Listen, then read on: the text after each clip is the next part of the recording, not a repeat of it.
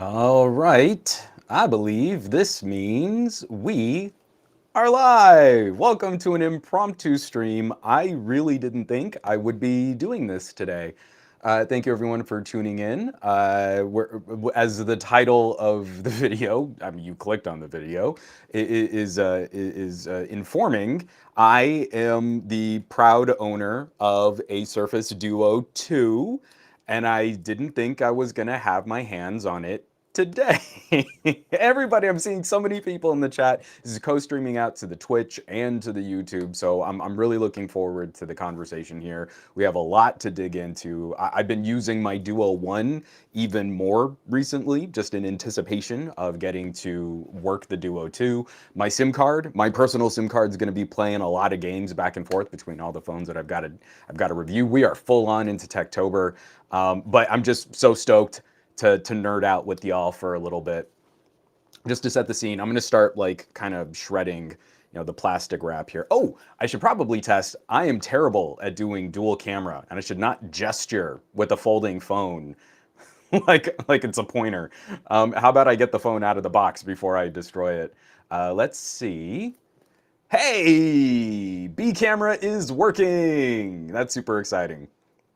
So already this stream is going off better than many of my other live streaming productions. Okay, so the reason why I didn't think I was going to get to go hands-on with this today is because during the Surface announcement, well, and not during, but right after the Surface announcement, I did kind of a recap stream. And I was like, oh, I'm so excited, and this is going to be great. But during the Surface stream, they didn't say that pre-orders were going immediately live during that stream. So I'm in the middle just talking about like, yeah, I think that's going to be cool, and look at all these new features. I think that's pretty sweet. And I go to their page and they're like, oh yeah, by the way, the Duo is totally sold out now. You're like, oh no, I should not have done the stream. Oh man. So I pre-ordered with Microsoft. Sorry, I just want to show this off here. Here is the Duo. We're about to pull it out of the box. That's pretty funny though. So because my brightness is way off, you can see they've got a big old divot for the camera sensor here, and it's just sort of cut out from the paper wrapper on the phone there. That's hilarious. We're gonna definitely have to talk about camera sensors on folding tablets. So I put in my pre-order with Microsoft, and they're like, yeah, we could probably get one to you the end of October.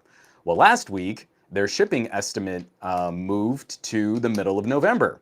And 2 days ago, I'm looking at my Microsoft pre-order, and now it's just pending.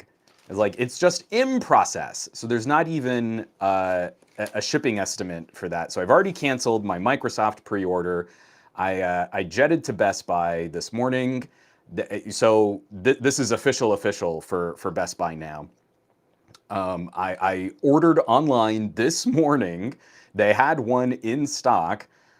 Threw in my credit card information, jetted over. I'm literally minutes from getting home. Like I got home about 20 minutes ago, and now we're jumping into this, and we're doing it. We're doing it live. So immediately, the hardware here feels amazingly similar, but also just a little touch better refined all the way around. Here, let me, before we get too into this, I just want to see, because we're pretty sure there's like nothing else in the box this year, right? So there's a tray, there's papers, so we could read all the papers. There's just a SIM card ejector tool, so that's good. We get one accessory in the box, that's helpful. And then a USB cable. And I gotta say, this is increasingly less fun doing unboxings, as there's nothing really to unbox. So no charger, no bumpers. I never really did use my Duo 1 bumper. And I am going to be working the Duo 2 a little bit more aggressively. Like I'm going to be taking it out of the gadget lab more, simply because I'm vaccinated and we're not completely in the middle of global pandemic. So this will be getting my SIM card probably a little bit more than Duo 1 did. So I'm going to have to try and find some way of better protecting But all around, this feels very similar, if just a touch thicker and just a touch heavier. But we're talking a really minimal change. Let me see if I can get this on camera. I'm real bad at doing the camera stuff. So, you know, I think someone would be hard pressed to feel like legit differences between Duo 1 and Duo 2. You would have to be holding them side by side, kind of like I am here. And you can see that the shape, I wonder if I can get it. My camera, Panasonic is not great for the autofocus. So let me see. That's not going to tell you guys anything. Yeah, I'm putting them down like on a table. Like if I put them flat on a table here, there's just ever so slightly just that little bit of a lift. So we're talking, I don't know, less than a millimeter of difference on that hinge. So I'm gonna go ahead and start booting this up. Yeah, I'm definitely gonna have to get a bumper though, because like all this shiny glossy, this is gonna bug. And really, I'm hoping that the company that made this was sort of like a smaller vinyl cutting company. I kind of want to get something similar. I saw a great skin for the Duo that was Handbook of the Dead from Beetlejuice, and I might need to get something like that here. But we've got the camera bulge. Let me see if I can get a little closer to that camera bulge. We can see how it angles. And this is already the spot that's making me the most anxious. So let's go ahead and test it. So I'm gonna flip it all the way around and it snaps. That's a pretty solid feeling. It's a bit of a snap. So you can feel like there's a magnetic, almost a magnetic action that closes it right there. So here's the big deal. Here's the thing that makes Juan a little crankier when it comes to Duo 2. While I was out in the pandemic, Duo 1, I would leave the house, but to minimize how much I was handling this thing, I would leave the house like this. And I would just keep this in my pocket. So that way I pull the Duo out of my pocket and I hit, oh, whoops, I had to reboot it. There we go. I pull the Duo out of my pocket and I do this and it turns on. And then I just push the power button and I turn it off again. I would not mess with opening and closing it. I would just leave it single screen. I do not, oh, I don't need Google Assistant going off there. I do not believe that with Duo 2, I can leave this in my pocket with that kind of a gap. I don't think that's a thing. Sorry, I don't know if Aditya, yeah, you know, just normal average gadget guy, you know, just chilling. But the other thing I kind of wanted to see, I don't know how well this is. So I think they've done a good job of matching the angle of that camera to how this would be flat on a table. I don't know. Yeah, so always the right side of this is always going to be a little lifted unless unless a company can come up with a good matched wedge so that, you know, maybe it's just a little thicker when it's in this kind of a mode, but when it's flat, it's a little bit more of a book shape. That would be really handy. I actually wanted something like that on my Duo 1. So let me kind of switch back here so I can start booting it up and we can go through. Oh, do a live demo of you testing it in your pocket. Yeah, I can totally do that. Hold on. Oh, I don't know if that's going to show up on that camera. So I'm going to, ooh, I got to be careful. So when you quickly like flip the hinge, it really like snicks. That's concerning for the back of this being glass, that it's like crack when it opens, when you flip it all the way around. So I just want to see, I'm gonna put this in my pocket, and as soon as I sit, I mean, I'm wearing pants that fit, so if you have baggy pants, it's probably not gonna be too big a deal. I don't like how this is kind of flexing against my pocket. I'm not gonna put the camera on my crotch to show that.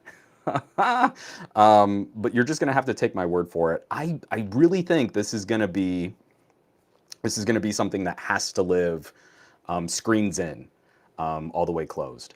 Immediately, I can say I like the buttons better. Going to the fingerprint sensor in the power button, that's definitely nicer.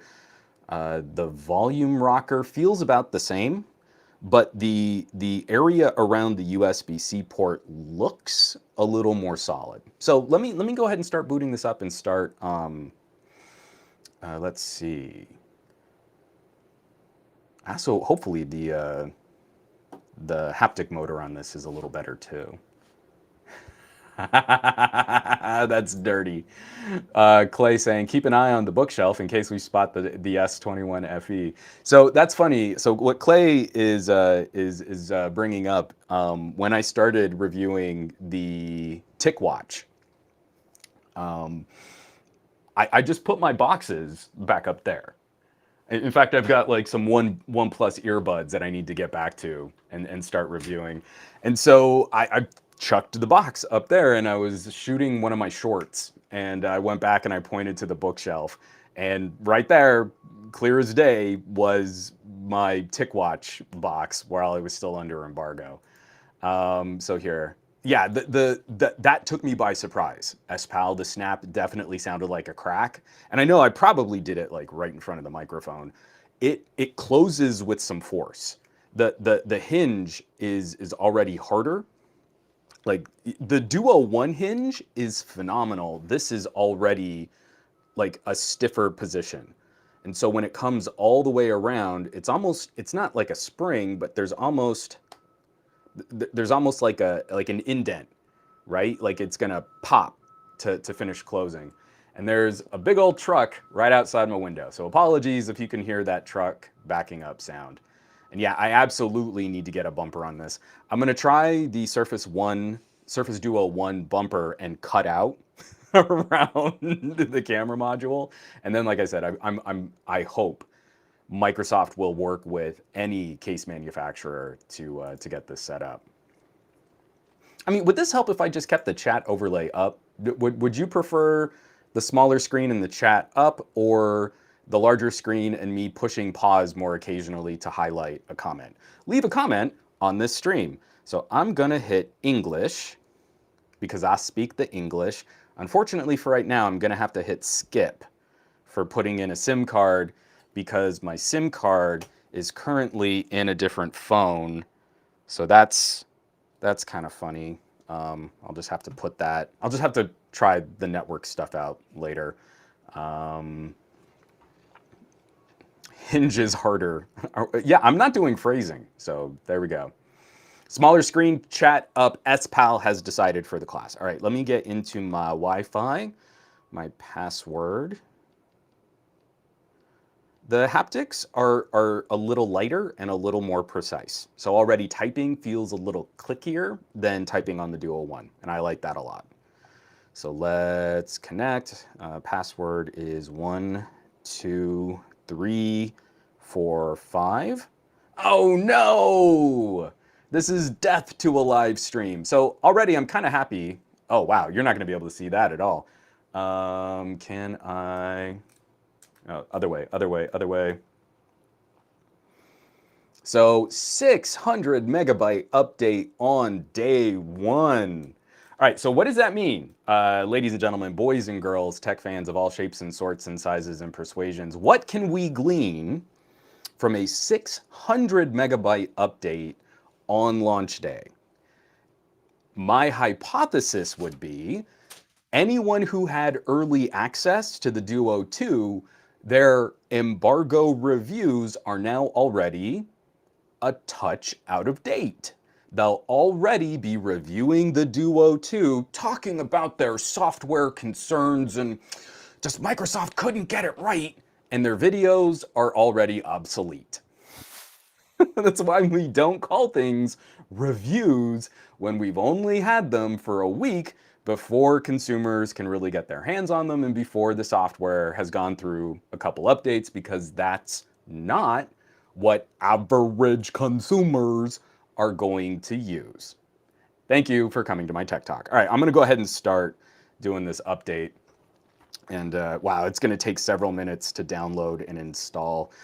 I think my Duo 1 box. Oh, you know what I also have to do? I also have to get my my Surface Pen.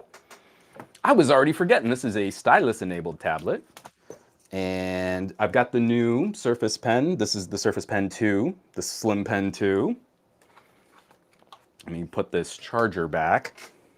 And also, this is kind of a little obnoxious too. So Microsoft comes out with a new Surface Pen. Finer tip, it's supposed to have haptics. None of that stuff is going to work on the Duo. Microsoft with Android, that's not going to be what we're doing here. The Surface Pen 1, the Slim Pen 1, came with the little magnetic charging cradle. You pop it in and it flips over to the right orientation and it charges up the stylus.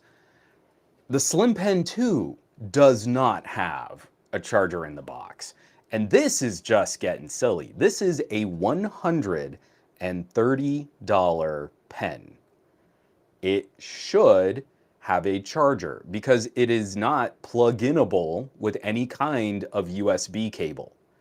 It uses proprietary wireless charging, and if you want to charge it, not on a Surface device, like if you don't have one of the newer Surface laptops that has the magnetic and inductive charging, you have to get one of these cradles. That is not cool. Sell this as a separate accessory so I can keep one at home and one at work. This not having its own charge dock or charge solution, or even just like a magnetic pad. You don't have to make it as nice and as this has the grippy texture on the back so it doesn't slide around. That's not a great look. I understand we're milking people for accessories, not putting chargers in boxes, no headphone dongles, you want to buy wireless Bluetooth and the earbuds. It's necessary to use this and charge it. And there is no way to just plug in a cable. That's BS. Microsoft, you should absolutely do better when you're selling a premium priced accessory like this. So, I mean, it's installing. I can't even get to the start setting up your device and use your fingerprints. I mean, do we want to do like update watch? We can just kind of set it like right there. I can click in occasionally. All right, hold on. Do I want to? We'll do that. I really should figure out my auto exposure settings better on this camera. Boop. All right. So let me get back into the chat here and we'll click back occasionally just to see where we're at. It's going to take a bit. These updates always take a while.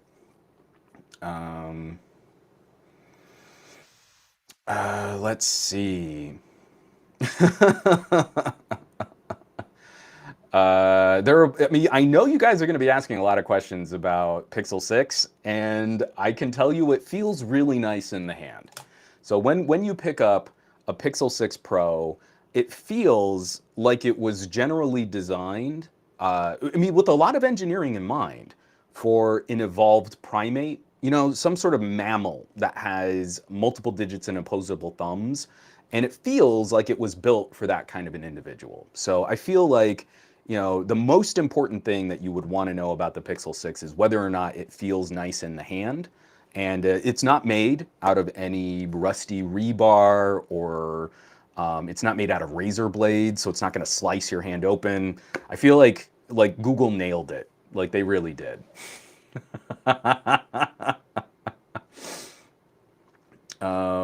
We also need to see if Duo 1 is ever going to get Android 11. My LG V50, if you want to talk dual display phones, V50 now rocking Android 11. Did I charge this guy? Oh, he is almost out of juice.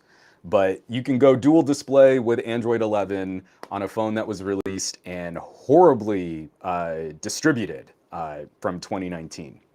So I feel like Microsoft, as much as I am sympathetic to what Microsoft is doing with the Duo, because it is radical alteration of Android, right?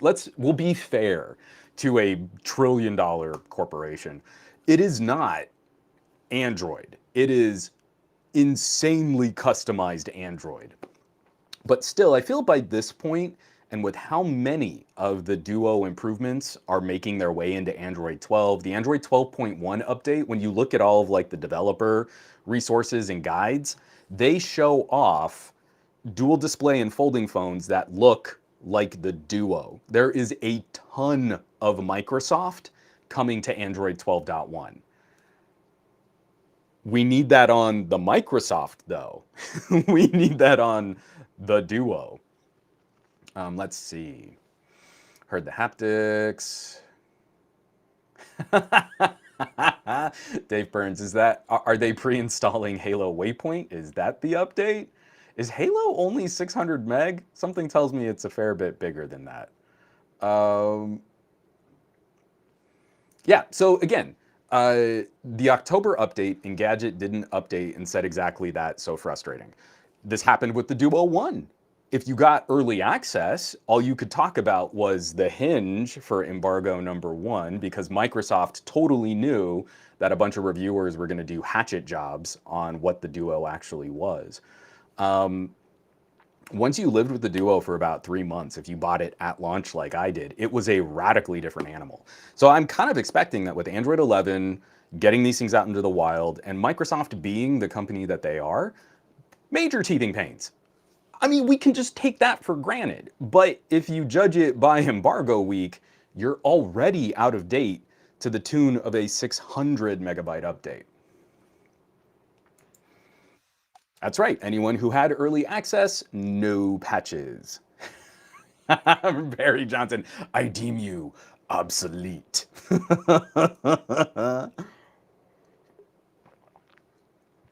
Oh, yeah. So the 6.0 rating that The Verge gave the Duo is already obsolete. It's already out of date. I don't know. I mean, I just feel bad. Like, The Verge is always way behind on stuff.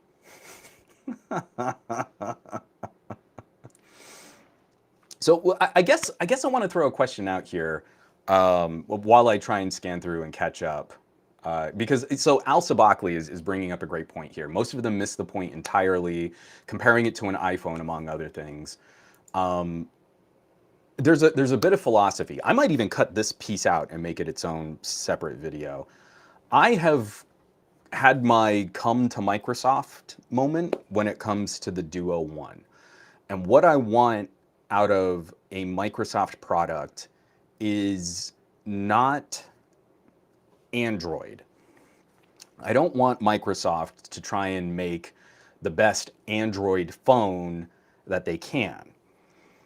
I kind of feel Microsoft needs to play a longer game, show consistent improvement.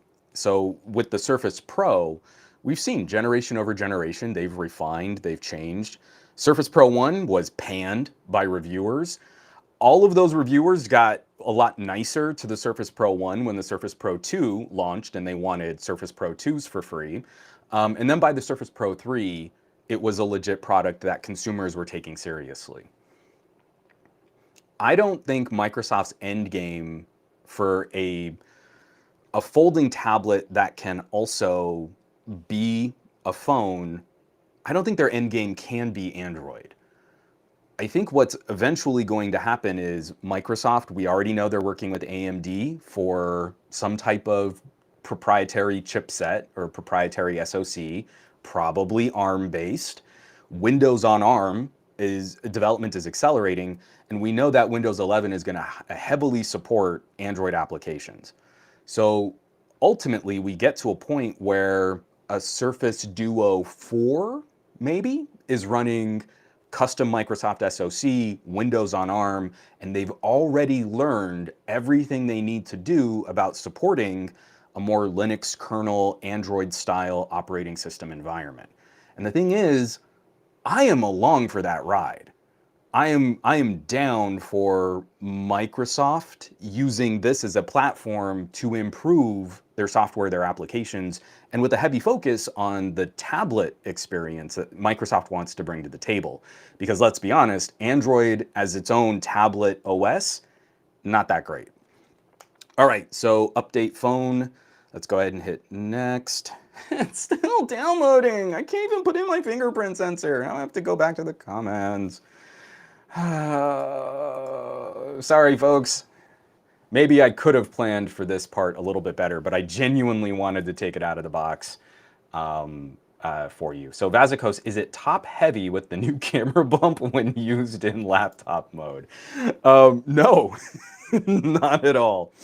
Um, so this bump is it's hilarious how many people are freaking out about this camera bump. I want to see. Let me see if I can put it up against. I'm not going to be able to do this well on camera. Oh, the update is almost done. Let me just leave it alone for a minute and let me grab. Oh, it's over here. I also have another big old chunky phone. This is the we could do like the Vivo and how big that camera nodule is on the Vivo. But let me get it through this system update while it's installing. But yeah, the hinge is grossly over engineered to handle the little, like, I don't know, ounce of weight that this camera module is really going to represent. So I think it's okay. Oh, that's right. It's going to optimize apps. Let me see real quick. I think I can turn the screen off for just a second. And I just want to put my Vivo next to it. And so the module here, man, I'm not going to be able to like show this, but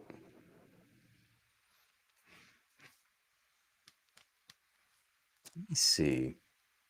The problem is that they're on the same side. Oh, whoops. I'm also still really dark.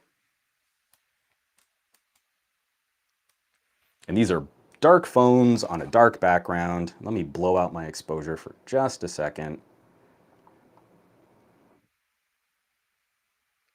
I mean, you can see like the actual panel of the Duo is just a bit more than like half the thickness of the panel of a Vivo X70, which means we're probably also. Oh, I might be able to show this better from the Pixel. I'm allowed to show you the Pixel hardware. Let me take this case off. So, I just want to show this off first. So the Duo is just a little less than twice the thickness of the Pixel camera bulge. And then let me put, I'm so bad at hand choreography, folks. Sorry.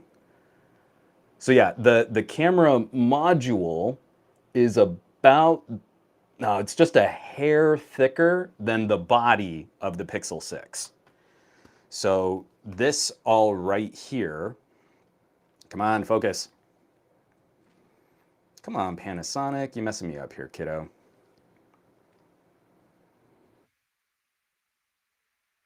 It does not want to focus on that. So anyway, if I hold it a little further out, maybe it'll play ball.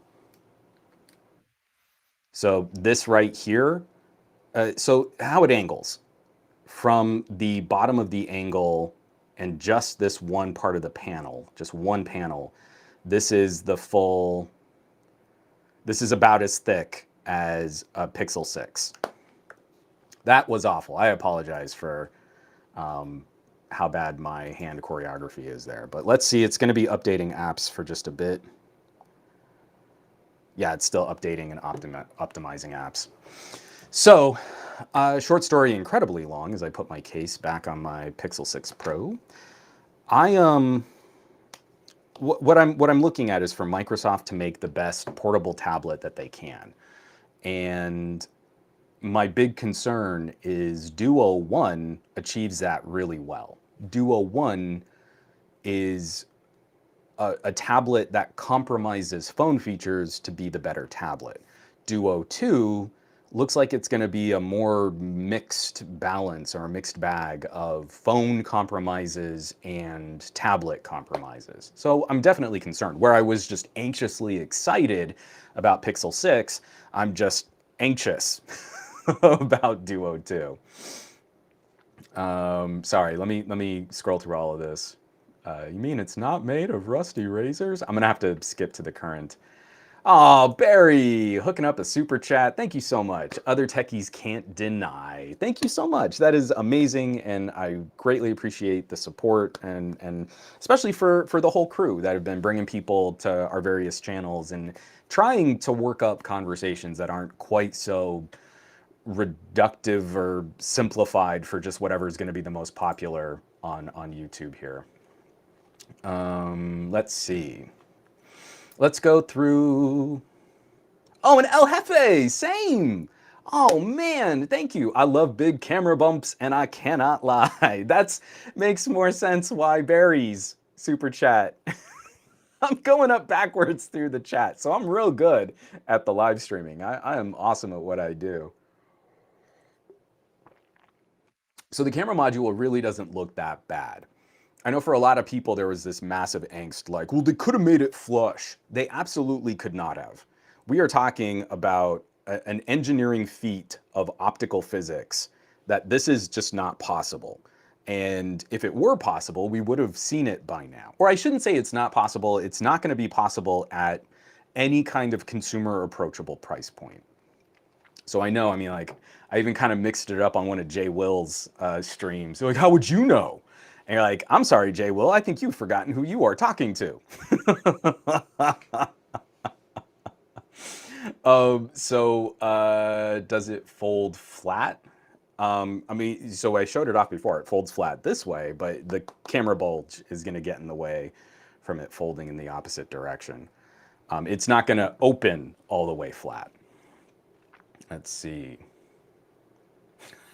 I really don't want you to make too much noise about that, Aditya. I got $5,000 worth of smartphones in that one frame. I don't think so. Like the Vivo, that's pricey, around $1,000 US. This Duo One, I mean, you can get for what, 250? You can get it for a half a ham sandwich and a hearty handshake with eye contact. That's not too bad. And you know, Pixel 6 Pro isn't too. Yeah, I've got a lot on my desk. Let's see. Feels like a Duo is. I mean, again, even knowing that the Duo 2 is thicker than the Duo 1, I'm not going to be impressed by people that just say the foregone conclusion is get a Fold 3. The thing I like about Duo is it takes Android and it does the opposite of what iOS does to your apps.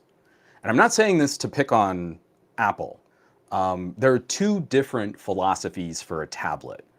There's the bigger canvas, so you can see one piece of media or one piece of content using the full display. And then there's the idea of multitasking. And I'm a fan of multitasking, especially on my LGs. I am regularly running 3 apps at a time. So what Duo does, instead of defaulting to this as one big surface, get it, Surface, because it's a Microsoft, when you open an app, it automatically flips it to half your display. It automatically encourages you to start using multiple apps at the same time, or to just fold it in half and use it as a wider BlackBerry Passport style device. So I feel if you're not trying to embrace what Microsoft is doing, you're not really giving the Duo a fair shake. If the response is, well, a Fold can also multitask, it can. I feel the inside display is the wrong orientation. Like you need to turn it 90 degrees to get more usable panels. And the application of multi-app split screening and multitasking on one larger display is a little clumsier than just automatically pinning an app to one side. I mean, again, it's almost like snapping a window in Windows. All right, we're finally back in, set up the mobile network. I've already connected my Wi-Fi's, checking for updates again. Please don't give me another update. All right, I can bring in my data from another device. You know, actually, I think I am going to do this. So I think I'm just going to mirror my Duo 1 Backup from an Android. It says just a sec.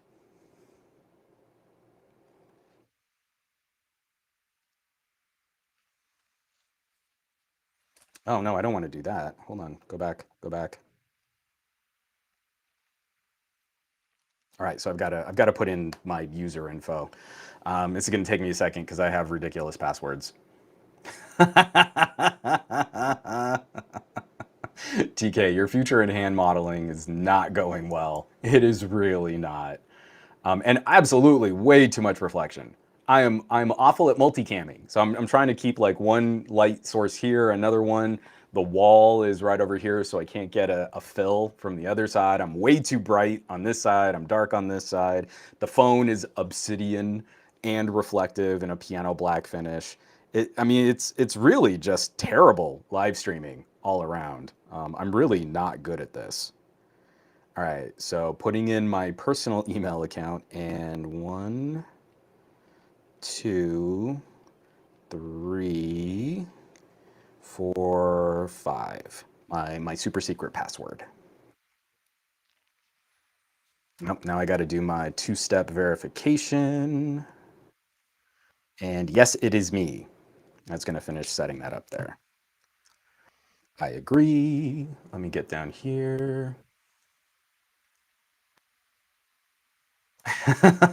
Reminded. Don't you have a phone with a great 4K camera you can use? Maybe something that hasn't been released yet? You actually know what would work pretty well here? I bet you if I had, well, I have my Xperia 1 Mark II. I was gonna say if I had the Mark III, I could maybe set it up as some kind of B cam. The only thing I've been worried about when I try and mix phones and stuff, one, it's tricky to like get clean HDMI output out of a phone. No big surprise there.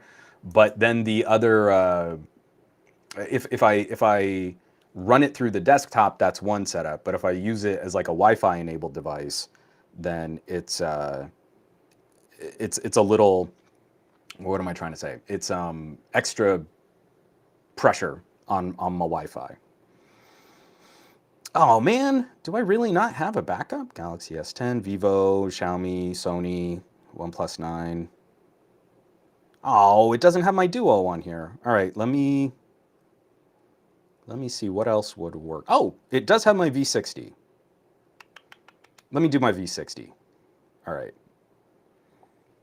1, 2, 3, 4, 5. Super secret password.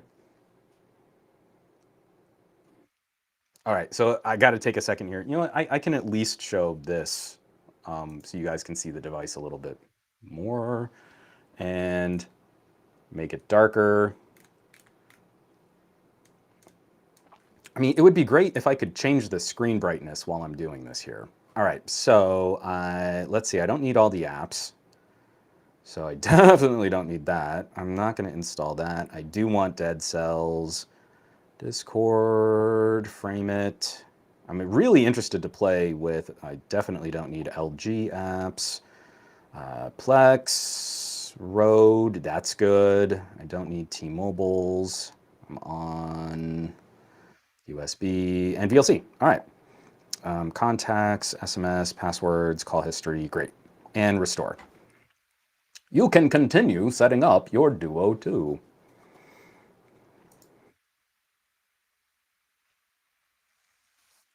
So yeah, I feel like you pick up a Pixel or you pick up a Duo. I've been seeing like OnePluses and Vivos. There's way less commentary on like like Motos these days. And I feel like, oh, I should probably sign in to my Microsoft account because I do a lot of stuff in my Microsoft account. And I feel like there's a consistent trend, especially when I start looking at, some of the more mainstream outlets reviewing phones, where when LG left, we all wondered who's going to be the next whipping boy. I think OnePlus was a good pick and Sony was a good pick, but increasingly it seems outlets have gotten savvier to making Samsung and Apple owners united against anyone that's smaller. So it wasn't that one company replaced LG for being the designated loser. It seemed everyone else replaced LG for being the designated loser. And it really came to a head in The Verge's Galaxy S21 Ultra review. Because you go through that and you get to the camera section and they're like, both Samsung and Apple use larger camera sensors. You wonder why we're not even talking about the Pixel. What did they do there? They conflated the absolute most expensive Samsung with the absolute most expensive iPhone, and they were able to pick on that smaller community of Google nerds. And I think that's the gig. I think that's what we see now. If it's the most populars, you can make both the Samsung and the Apple fans happy, and then you can make them feel better about their purchases because you know way fewer people are ever going to play with something like a Duo 2. Just how I feel reading and watching other reviews. Yeah, I really do like the haptics on this. It's a nice, like, just a nice, softer but more distinct, tiny little pulse. I don't care if my phones have the most powerful haptic engines. I like them to be really subtle and precise. So I'm liking the feel so far typing on this. But I've got to type in another super secret password. Almost started saying it out loud because I can't separate. I'll use location for weather. I'll let Microsoft track me because we're all real concerned about privacy and stuff. Sync, accept. All right, I can finally put in a pin. All right, let me switch over and we can set up the fingerprint sensor here. All right. So I'd just be holding it like this. Oh man, this is one of those that takes like a bunch of scans. Power button fingerprint sensors have become my favorite method of retaining hardware. I would prefer, oh wow, I guess I did that fine. Let me do my pointer finger. This is harder to reach than on the Duo 1. Come on. Yeah, I don't like the feel of holding it as much in my left hand and doing the fingerprint sensor there. Yeah, I'm gonna be a little cranky about not having this open all the way flush. Excuse me. All right, so apps that they're asking if we would like to pre-install. Definitely not TikTok. I'm subscribed to Qobuz now. I don't know what Mylio is, and I don't play Asphalt. Okay, I'll throw on the Kindle app because I want to see if that works in a nice sort of book presentation. Oh, so here's our guide, our handy little guide. We can see all your apps. Open 2 apps at the same time. Who could think at that speed? Put both screens to work. We see that the separation between the screens should be a little more minimal. Get back to where you were and go home. You're all set. Let's go. Let's go already. Let's go. Let's go. Ah, there we go. Oh, it's downloading a grip. Install. We're going to go through another 39 apps. So I like this new wallpaper. That's nice and clean. It's nice and subtle. Let's see. So featured, the featured apps, they better not start installing these. I'm gonna be real mad if I told it don't install this stuff and then it throws it on anyway. So we also get our little side chart. I am going to allow. So we get our little Microsoft panel there. That's pretty cool. Oops, come on. And app drawer. It feels like it's already running 90 hertz. So I don't think that's something I'll have to manage, but this is already pretty smooth. And yeah, I'm liking that a lot. Microsoft services, I should be all signed in there. That should install. I did ask it to install LinkedIn. Oh, let me tap on there. I just want to open something here. What would be good to open? Probably not Plex. You know, I'm gonna pull up Edge, and then Ooh, try using Edge as a dual screen browsing experience to enhance productivity. Easily move content from Microsoft Edge to your email presentation or creative projects. I'm going to skip that for now. Not now. Not now. And then let me go to some gadget guy. I hear he's a pretty groovy dude. My website does not come up first. Wow. I really need to be better about my SEO. So let's do some gadgetguy.com.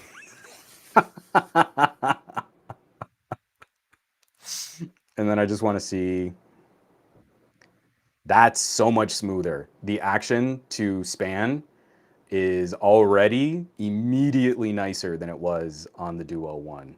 And this scrolling effect, as it's like loading directly from my site, that's pretty nice. I cannot complain about that. I'm seriously, I think Edge is probably going to be my go-to. Usually I install Firefox on a lot of my phones and stuff, but that's really clean. I like that. I can't express how insane of an engineering challenge it is to get two panels synced up 90 frames per second and making sure that the content spans properly as you're moving through this. I mean, when we would do this on an LG and you would go big, obviously you wouldn't do that very often because there was a huge gap in between those two screens, but you could run into situations where you'd swipe and you could see the two screens fall slightly out of sync with each other.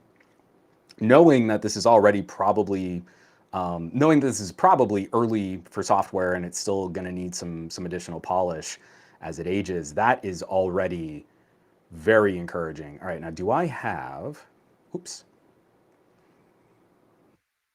Yeah, so screen rotation is on. Let me come back up here. And then I just want to see, oh, that was real nice. Oh, let me do that again. This is one of those things where I'm going to have fun just doing the basics again, where, oh, look at that. Oh, the span is just so smooth. I love it. Where I'm just doing ridiculously silly basic things like, watch what happens when I turn the phone. Isn't that cool, guys? I'm gonna turn myself into like a Brian Regan character. It's hilarious. All right, here, let me jump out here. I am way behind on the chat. No idea what's going on in the chat. So let's see if anything crazy happened in the chat here.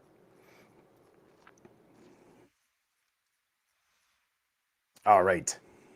So no Chrome. Chrome. I think Chrome is on here. Let's see. Yeah, it's an Android device. So there is Chrome, but I think I'm gonna go Edge. So yeah, Chrome is right there. These are all the Google services that are kind of right up front. I'll have to install some other stuff too, like YouTube Studio and stuff like that. What for watching a movie in full screen? I'll try that, but it's going to take me a second to get into an account where I can stream a movie unless. Let me see how wacky YouTube might look. We could stream my stream and see what that looks like. Here, let's say. Oh wait, no, there are. Come on. Oh, did you? So this is one of the annoying things is I close it and it went to the screen that I had behind. Got it. But I want this screen. And I really feel like one of the things Duo needs the most is a hard toggle. I want this screen up. I want to hold this in my hand with the fingerprint sensor on this button.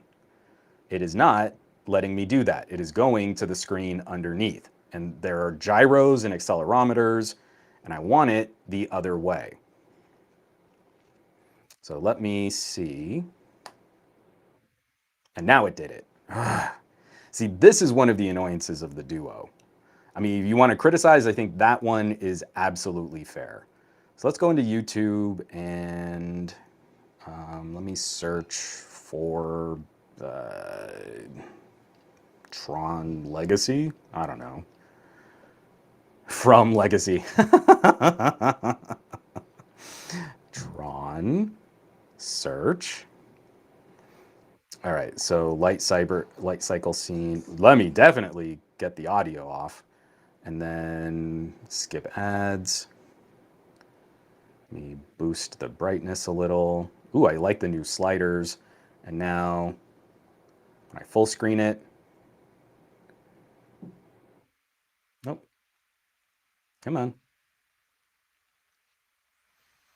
So I don't know that I would want to watch a movie like this.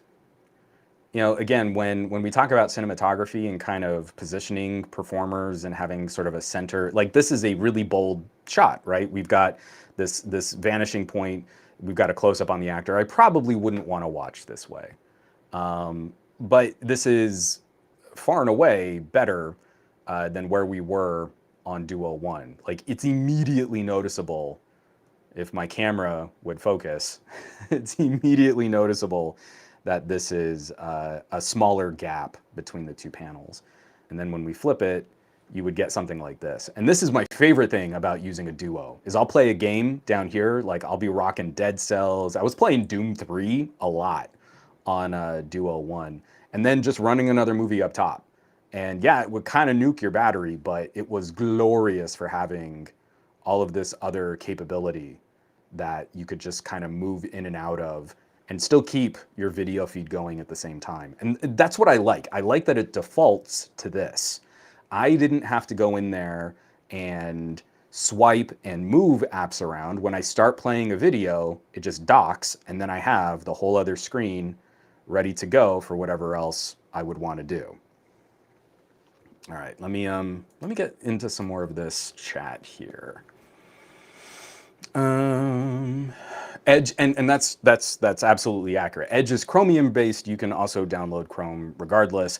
I mean, again, it's not going to be a different engine. I think Firefox is the only one that's currently using anything different.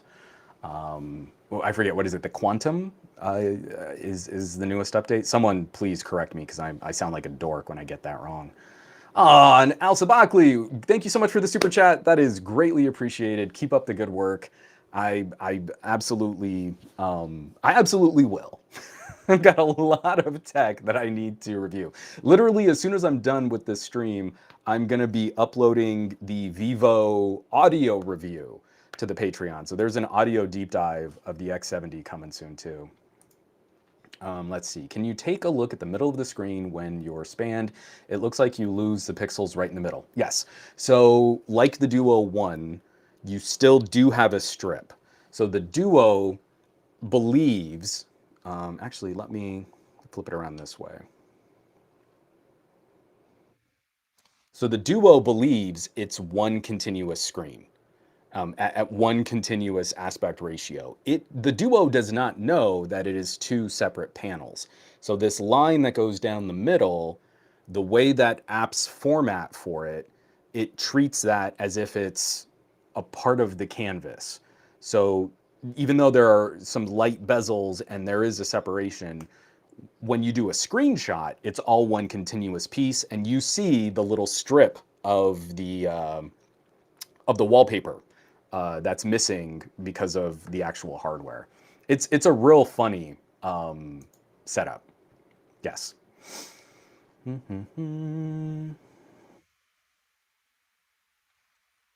So I don't know if it doesn't use the gyros anymore. It has the one screen set as the main screen, but again, that's not what just happened. So let me see. So I've got it set up like this, and I want this side. That's the side I want to be my main screen. So I'm going to hold this up, and now that's the main screen. So I think it is still doing some type of gyro anticipation. So now my main home screen is on this side, and I'm going to flip that around. Oh, and now it gave me the double tap to switch screens. So I'm not sure what, I don't know that it's always picking right side. I don't think it's really that automatic unless I accidentally double tapped just because of the way I was holding it. But that's, to me, like, that's one of the clumsy things. Microsoft thinks they know better than you. So we're just going to anticipate your movement, but you can't because humans are clumsy. Proof, am clumsy. So what I would love them to do is do something in our notification shade, right? Like it's not as elegant, but it's more practical. And it was one of the things that worked really well on LG was how easily you could flick things between the screens, double tap to turn one screen on, one screen off. That kind of stuff was, I mean, again, it made it look like you had to manage it more, but it really did work more consistently because you were doing exactly what you wanted to do.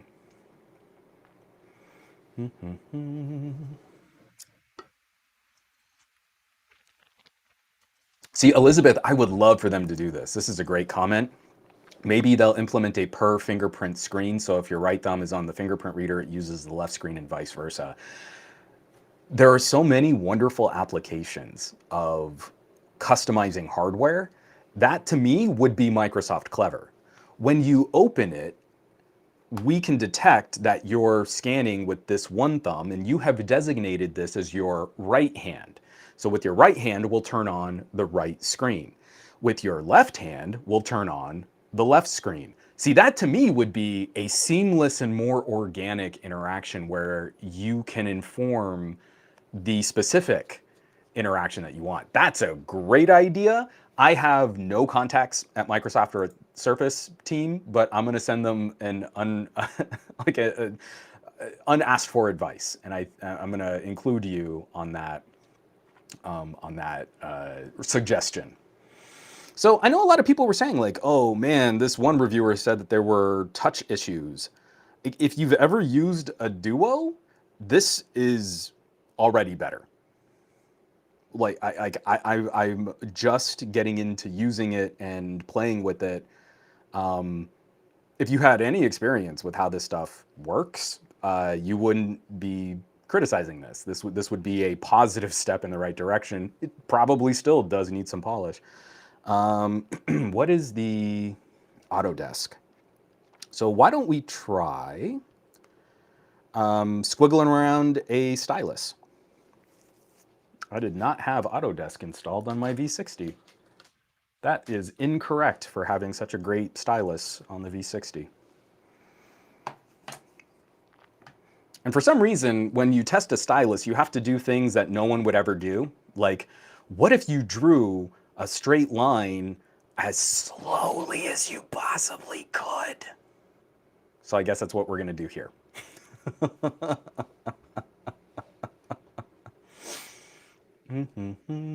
So, I mean, I understand when someone says, so sorry, this is, if I want to watch something on a bigger screen, I just use my laptop with a device like this, just watch it on one screen and do something else on the other. I can appreciate that someone is looking at a Fold 3 and they're thinking like, oh, you know what? I do want one larger canvas to do things. Like maybe they have a phone and a tablet and they're looking to consolidate those into one portable device. The problem I have is that's obviously not true for video. 16 by 9 or 21 by 9, you're not watching video on the big screen of a Fold 3 and getting a better video viewing experience because we know aspect ratios. Having a 4 by 3 shape means that only Zack Snyder's Justice League and classic 1960s television are going to take up the whole display. So if anyone's out there, I mean, especially other tech reviewers, you can miss me with, oh, but I needed all this extra canvas for the one app at a time that I wanted on a bigger display because Android is kind of not good at 4x3. Formatting apps and getting more information on your display, it doesn't do that well. So you immediately go into a split screen or a multi-screen, split screen multitasking kind of setup. And the Duo just does that automatically. So if we could get to a 16 by 9 foldable, then I think we've got a better argument for that. If we're sticking with 4 by 3 as the big canvas, then no, I think that's not helping your multimedia consumption. Wow, Sketchbook is taking its time. Well, it's also still installing like another 30 apps. I do like the new sliders. That's kind of nice. Oh, I mean, I can show that on camera. I do like the new notification toggles. This is making me happy. So let me get it so it's not glare. And so those are really handy. And also they've widened out the notification shade on the Duo One is narrower. Let me see if, or maybe that last update if that changed it. Got it. Yeah, so you see on the Duo One, it is this narrow, tiny little strip for your notifications. Not a very good use of space. How you interact with that is a little bit more precise, like how you tap around, especially when you're holding something that's already naturally wider or longer or taller. Like that's kind of silly. So I do like that Duo 2, they've kind of opened this up a bit. It's easier to get to this kind of stuff so that you can interact with these and you don't have to feel like everything is so quite as cramped, so that if you make a small mistake a couple pixels off of where you wanted to tap, that it's not gonna like totally jack up what you were trying to do.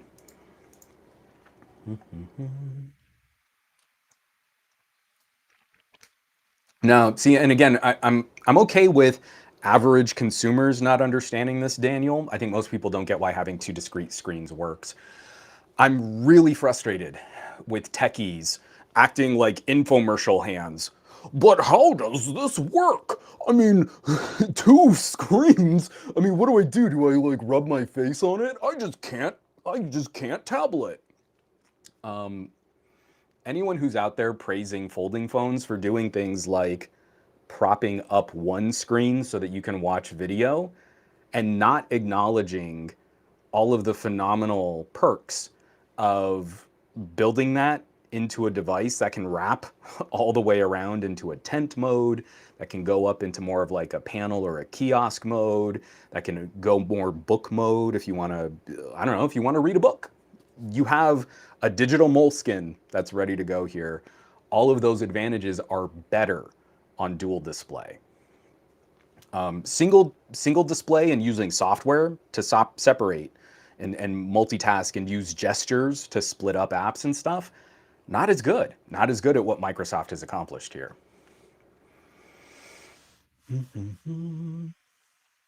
Yeah, and again, Daniel absolutely nailed it. Keyboard on the bottom on top. Keyboard on the bottom screen on top is a huge plus.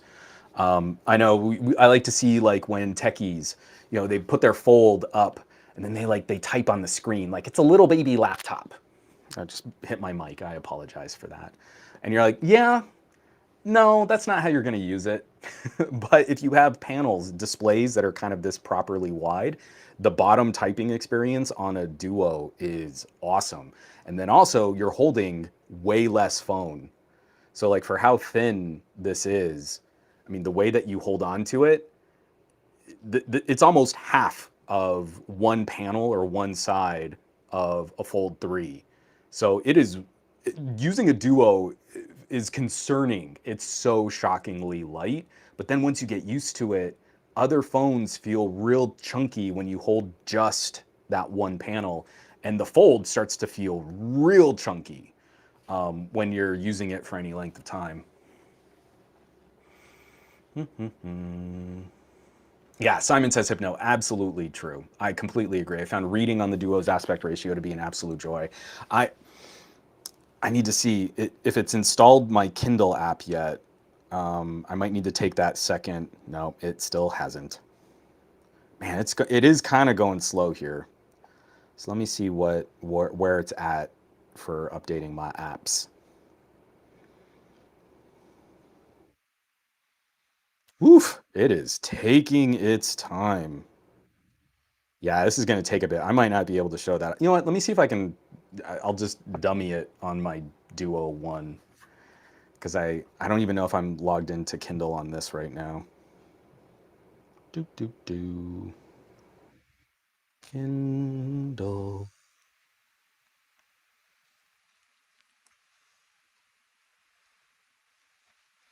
Start reading. Syncing my account. Yeah, I didn't have anything synced on this right now. Oh, and it's pulling it on my wife's books. We recently just like family planned our Amazon accounts. So let me see my library. Oh, you know what I should do? Let me pull up. Do I have Red Sun? Don't have it here. Do I really not? Got it. There's my Star Trek. Still Waters. There it is. So it's going to take a second to install this. I actually have never thought to try this. This is hilarious. I'm real good at the tech reviewing.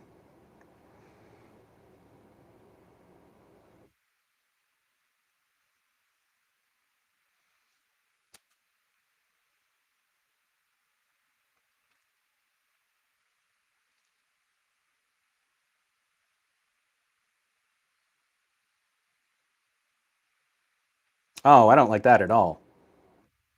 I need to mess with the formatting because it's doing the single panel where you tap and it kind of moves you through. Okay, so that was a terrible demonstration. Moving right along.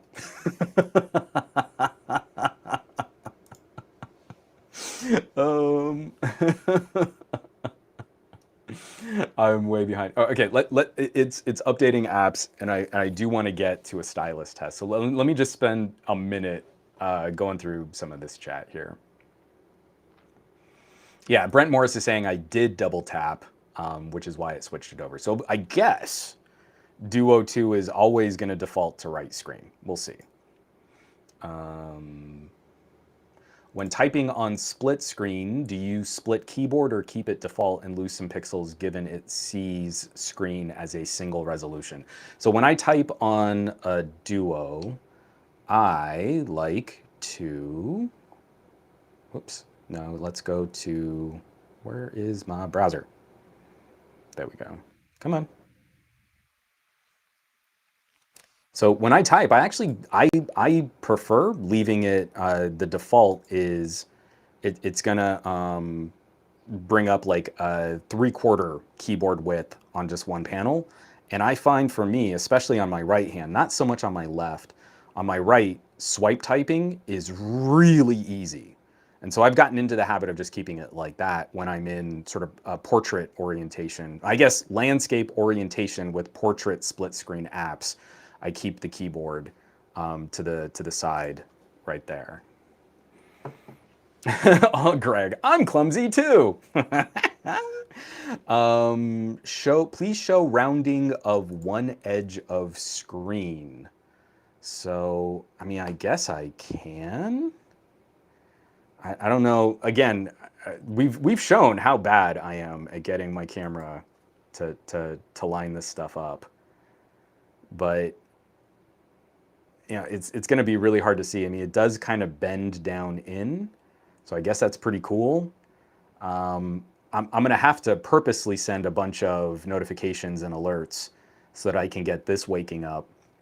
But for how much I love like Knight Rider style notification and lighting and LEDs and stuff, I'm probably not going to be able to pull off doing that here. So from Kylo Tech. So I've heard this before. I wish Microsoft would buy out the LG smartphone division. Why don't they pull some LG folks in to help? Completely different ideas. So LG solution is way less elegant and is way less customized than Microsoft's. Microsoft is turning an Android tablet into an auto split screening and orientation flipping kind of experience. LG solution was, what if we just stapled two phones side by side? Done. I mean, I'm grossly oversimplifying. Obviously, if you've used a V60 or a Velvet, it is actually surprisingly well done, but it's not the same single canvas idea. A Duo is one canvas, and LG is two completely separate UIs, home screens, launchers. You can run one launcher on one and a different launcher on the other. It's I don't think the two would really benefit from each other much. I think Microsoft has a very different idea and aesthetic on what they're trying to do. So I don't know what I'm doing. It doesn't come with anything. Does this come with the same kind of bumper as the old Duo, or do you have to buy it? So the bumper is different because of the camera bulge. It's more just a strip for both. It doesn't have the extra padding that the Duo 1 bumper had, and that's not in the box. Nothing's in the box. You get a SIM card pin tool, and you get a USB cable. Pickings are real slim. So far, the only phone I've had that was fun to unbox was the Vivo. The Vivo actually had stuff in the box: charger, cable, dongle, headphones, a case. So it was fully accessory. The screen protectors are pre-applied for you. It is fully ready to go. Duo ain't got nothing.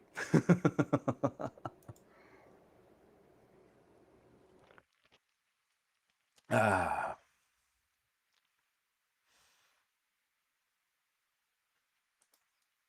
So I kind of like the Fold when you really focus on split screening apps, but I totally appreciate this here. For me, the aspect ratio of the Fold is still too awkward when you split it.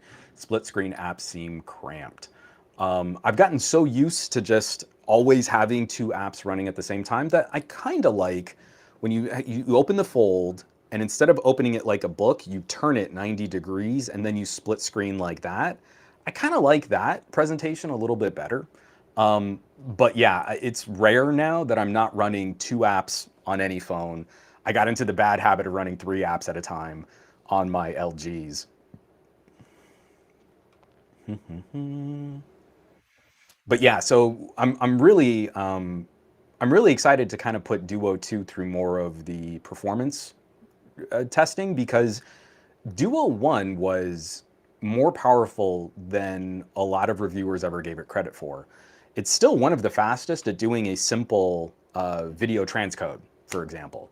It's only got a Snapdragon 855. Well, guess what my fastest video editing phone is today? It's the Pixel 4 XL. And guess what one of my fastest phones is today? It's the Duo 2. So these newer processors are great at spiking really hot performance, but then they're not as good at kind of maintaining. So if you do anything that requires a slightly longer usage, an 855 is gonna start catching up. Or you gotta do what Samsung did, was they pre-throttle the CPU out of the box. And guess what the performance tier of an S21 is when you aren't running the enhanced performance mode? It is very similar in performance to a Snapdragon 855. So the Duo became one of my favorite walk around the house, live stream, I mean, not live streaming, but watching streams on one screen, still interacting on my Discord, pulling up social media. Like, this thing hasn't gone out of my house as often, but it is used almost every day. Like, I'll prop it up in the kitchen because I don't have to have any other kind of stand. I just prop it up, and then I have my recipe on one screen, and I'm watching, Easy Computer Solutions or Gadget Goddess or Tech King Mike or someone streaming Peachy, one of Peachy's streams. Like, I'm watching them on the other screen, and I don't have to switch apps. I don't have to have a mini window. I don't have to have a stupid picture in picture. That to me has been the critical joy of using dual display, is having that so quickly accessible. Ah, Sarita, yeah, this skin is so good. So my first Duo died with 2 weeks left on my warranty. Microsoft pre-replaced it. So I mean, they sent me the Duo 2 before. I mean, they sent me my replacement Duo before I'd sent them back my damaged Duo. And I was like a surgeon. I was peeling the skin off of my first Duo, and then as soon as I got it, it was like, I've got to carefully reapply it right back on. This is such a cool look. For the few times that I have taken it out of the Gadget Lab, I've never had anyone ask me about it, but I pulled this out at a grocery store, and I was doing something, and Lex was kind of playing around nearby, and the cash register kept doing like what is it that you're using over there, kind of a thing. But I didn't get any questions. It's such a fun look. I need to find something, a similar kind of skin or idea for the Duo 2. Oh yeah, we should also test external display. I'm not going to be able to do this easily because I am out of desk real estate. But let me see if I maybe just prop this up in my lap or something. Yeah, I don't know where I can set this up that won't cause catastrophe when something inevitably falls off of my desk. So folks, if I damage my brand new Duo, I did it for you in this live stream. What are the Vegas odds? We got any over under on me destroying something expensive here? I don't want to break my next dock. I don't want to break my Duo. I don't want to bend out this USB port. Go.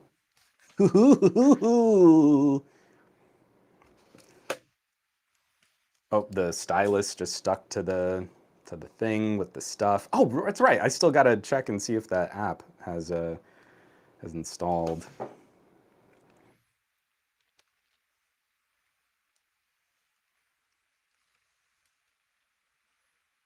Oh, this might not be charged. I just might have gone through all this for nothing.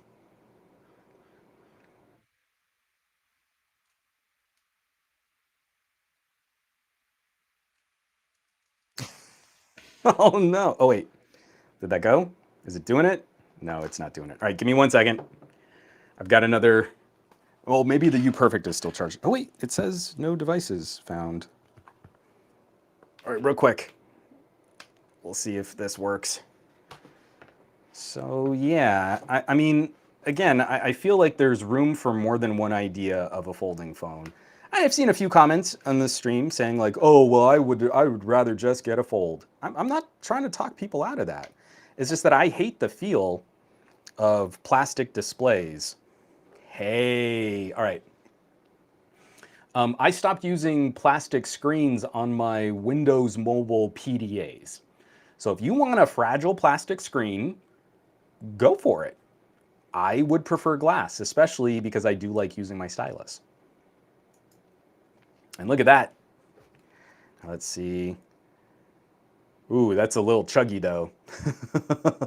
But we do have proper split screening here, which is pretty cool because so like when I open that, it automatically like snaps. So the only issue with this is the aspect ratio. The Duo isn't smart enough to reframe for a 16:9 display, but that does work.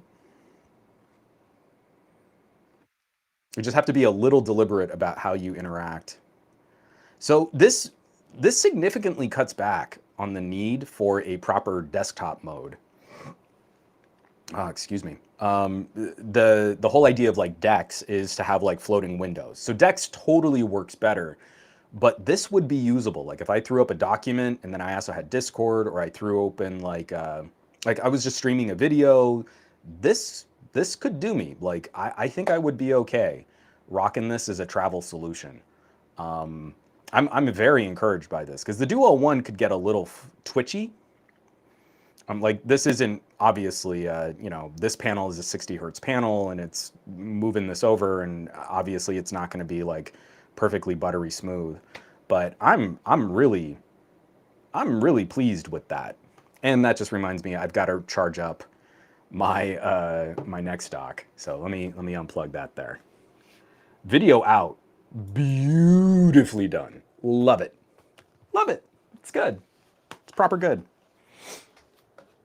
But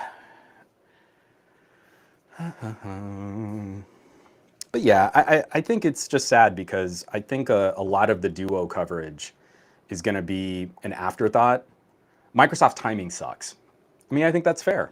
Coming in at the end of the year, it's a refresh product. They're making some compromises for their original idea to try and improve things like cameras. I think all that's fine. But the reality of the tech scene right now is it's iPhone 13 just launched. Samsung is pushing pause on the S21 FE, but I just got my hands on the Vivo. Pixel 6 Pro is here now. Sony's got an announcement next week. There are so many things happening. Microsoft specific conversation here is very niche. It's a very small demographic of mobile productivity that is going to have a hard time breaking through. And I feel like this is still, Gen 2 is already proving to be a little bit nicer refined for a lot of the phone stuff. We still got to see how this works as a mobile tablet.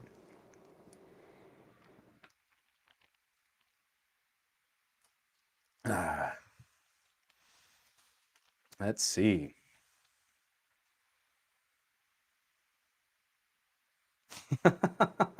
So, I mean, I know you guys are calling out specific content creators, and I just don't feel like digging into that kind of drama right now. I mean, the issue is the more attention we give to reviewing that is obviously influenced by the profitability of YouTube popularity algorithms, the more the algorithm works. So the more you talk about their content, the more you share their content, the more money they're going to make. And that's just going to embolden them to make the same kinds of content that they've been making. So if we want to step outside of that, if we want to talk about these things with more of an eye on who is this product really for, it's on us. It's on us to share that kind of content. It's on us to join those kinds of conversations. It's on us to not keep a chat thread going on in a live stream, pointing attention to someone that we don't think is reviewing this for what it is. And that's where we got to go. I mean, that's what I would hope to accomplish with something like the Duo 2 is, what if you really want an iPad mini as your main phone? Because this makes a really good argument for using an iPad mini as your main phone. And some wireless headphones. There's so much where you don't need to reference the device itself. I've got my TicWatch E3. So I'm going to pair my E3 with my Duo 2. So as soon as I take my SIM card out of my Pixel 6 Pro to run the Duo 2, it's ready to go. Earbuds, smartwatch, all of the notifications I can move and quickly manage. Then if something is really important, I can pull this out of my pocket and interact with that on a larger screen. All of that, this is kind of doing it for me. For the Duo 2, Microsoft doesn't talk to me. Microsoft doesn't know I exist. Microsoft wanted to send the Duo 2 to people that weren't gonna like the Duo 2. Because that's how you get more of them clicks. And so as long as you get more eyeballs, then it's good. That's how PR works. Paltrax, break stuff. Let's see, HDMI output. Yes, I mean, I'm way behind on the chat. I know, I'm very slow.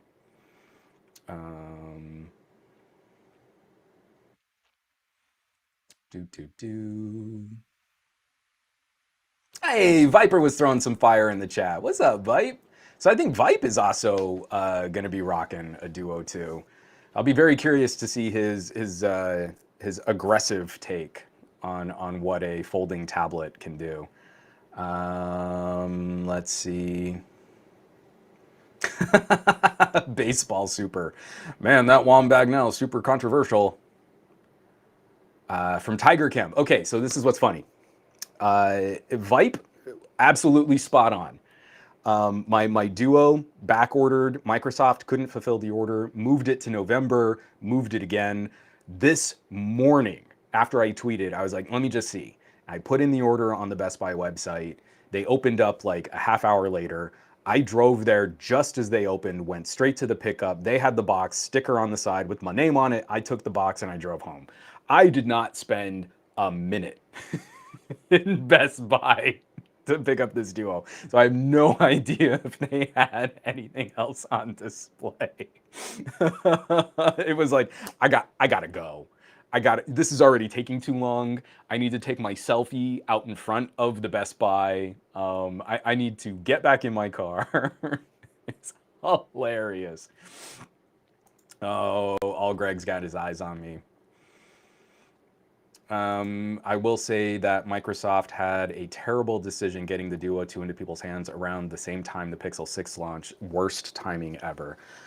In a perfect world, I feel we as techies would be able to sit down and say, hey, what you're getting here is a very specific idea of mobile productivity. The second an average consumer reviewer picks up the Duo, they are already not reviewing it for what it is. This, by design, is a much smaller demographic of potential consumers. And so in a perfect world, we should be able to have these videos where you know, a Duo occupies its own part of the conversation, and a Pixel 6 is a much more mainstream kind of chat. The numbers on a Pixel 6, the Pixel 6 should grossly outsell the Duo, especially when it's almost 3 times the price. This should not be shocking. I feel as grown-ups, as big boys and big girls and big tech fans, we should be able to put all of that together and have a reasonable conversation about expectations. But instead it's, I don't see why you would buy this when you can buy iPhone, is the dumbest thing. It does not contribute to the conversation. It is filler to make someone who already owns a phone feel good about not buying something. And I can make you feel good about not buying a Duo and not poop all over people who the Duo is gonna be an amazing device for. So that's where I'm always gonna get super cranky pants. But man, the app updates are taking forever. Did it at least get Autodesk? No, it still hasn't done that. You know what? I'm gonna stop some of this because I really want it to get, I really want to try and use the stylus. I love the little tap feel. Haptics, the teeny tiny little pop haptics. Oh, it feels so good. Like, I like haptics that have a unique feel. So like a OnePlus feels like a wood block. It feels like every time you get the pop, it's like you're tapping a little wooden mallet against a little wooden block. I love it. The Pixel haptics, I can't say anything, but and then now this, just really, really, really clean. I love that. Yep, Viper. We're gonna have to chat Duo, man, because there are definitely some sticky bits, but I think there's a lot that's already very encouraging about an early unboxing experience for this stream. Especially because I've been going for 90 minutes on this stream. No one's gonna watch the replay on this. It's hilarious. Oh, thank you so much for the super chat. Jake's YouTube zone. Thank you so much. That might have been a super sticker. I apologize. I'm in the Restream app and we don't get sticker support here. But yes, thank you very much. And again, everyone who's been sending in some super chats and super stickers and stuff. This is the fun stuff. I'm full on harvest season Techtober, and we've got so much good stuff to talk about. And anyone who's ever said, "Oh, tech this year got boring," yeah, in between Samsung and Apple releases, there was a lot of other stuff. It was real good. Oh, all Greg's telling me to stretch.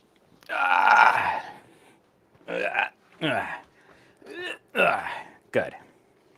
So I'm trying to test out the Slim Pen on this, but I need something. Let me see if there's like another note app that I can just jump into now. This is taking so long. I want to do nothing. Let me just pull up OneNote. I mean, like, OneNote should work, right? Yes, I know, I can capture. It's doing the whole like startup, like how to use OneNote, and like I'm already logged in. Come on.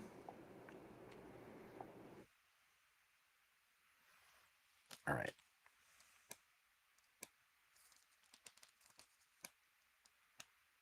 I don't think the pen is charged. Hold on. Hold on. I had it all set up. Nope. Dead as a doornail. Oh, damn it. Oh God, that sucks. Here, this whole time, one of the main things I was waiting for.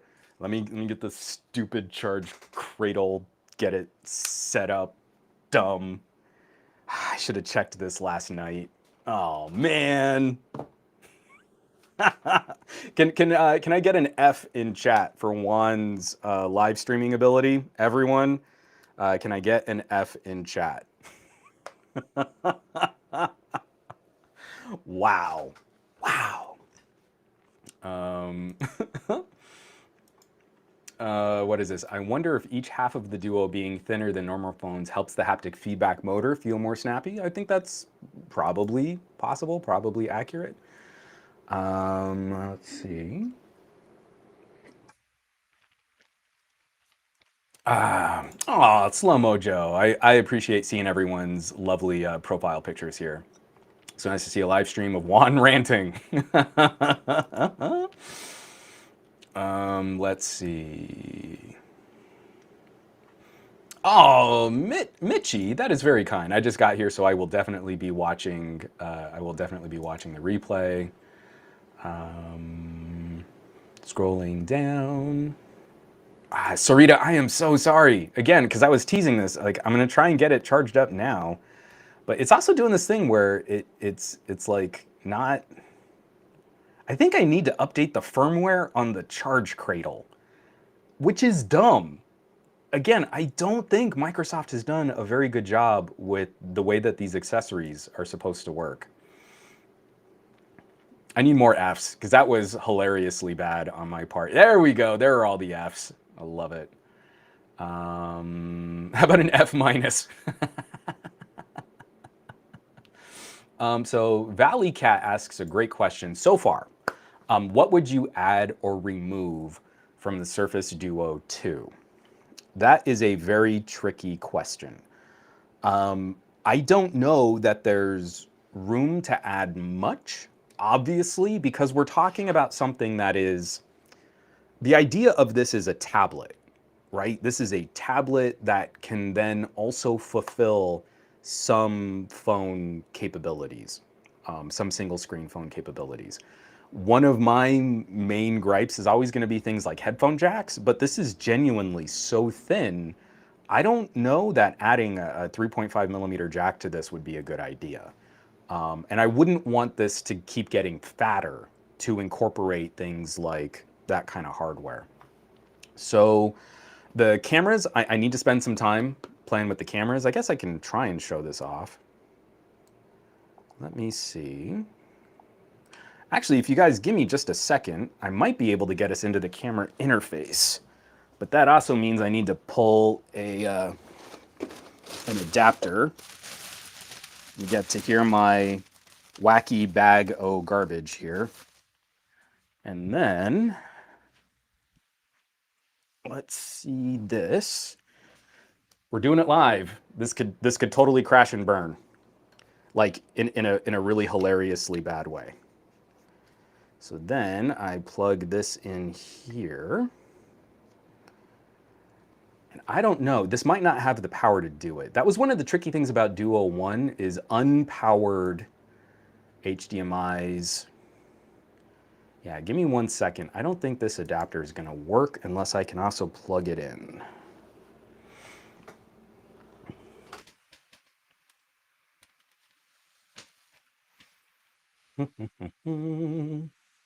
Oh, whoops. Would also help if I plugged in the right part of the cable. 2 seconds. 2 seconds. I have 3 different HDMI cables going on right now, and I plugged in the wrong one. Again, I don't know if I've said this before, but I'm real good at what I do. Hey, look at this. Okay, so here, I'll also just turn off my watermark for a second. So, so first of all, this is very encouraging because I don't have this connected to power. So the video out on the Duo 2 is less finicky than the video out on the Duo 1. So already, progress. So why don't we point this at the bookshelf now, and we'll go through the camera interface. Welcome to your camera. Get started with some quick tips. Capture and review, zoom with precision, low light, no problem. It might have a night mode, and then we can take a selfie. So let's go. It does not like that I am doing this here. Can we? Hey everybody, I'm totally streaming from the Duo now. It's not awkward at all. Let's see, yeah, it's got YouTube going. I don't want YouTube. So here, you kind of come in here. Get a sound wave shot. I don't want all that glare on the box. And bloop. And that looks like Soundwave. I'd say, considering the sensor size, the camera sensor size on this, we're probably going to be in for a solid overall experience, though it's definitely not going to be catching pixels anytime soon. But this is already way better than where we were with Duo One's selfie shooter. And then the video settings should also be pretty similar. So 60 frames per second, I want to make sure we're in the 4K. 4K 60, good. Oh, HEVC, I definitely want to play with that because HEVC support on the Duo One was a little shaky too. Definitely turning off shutter sounds, not that I'm a creeper. I didn't like the HDR video, but I will have to play with that. Scan QR codes, all that stuff's good. But then when I turn it, hey, now I got it. There we go. So looking good. And then when I want to open, can I just throw that? Oh, see, I wish it would use that second screen for that. That's a little awkward. Anyway, yeah. Oh, excuse me. Already, that's looking all right. Yeah, as like cameras go. Let me get this plugged back in, so if I need to go back to my B camera, I can still use my B camera and get that out of the way there.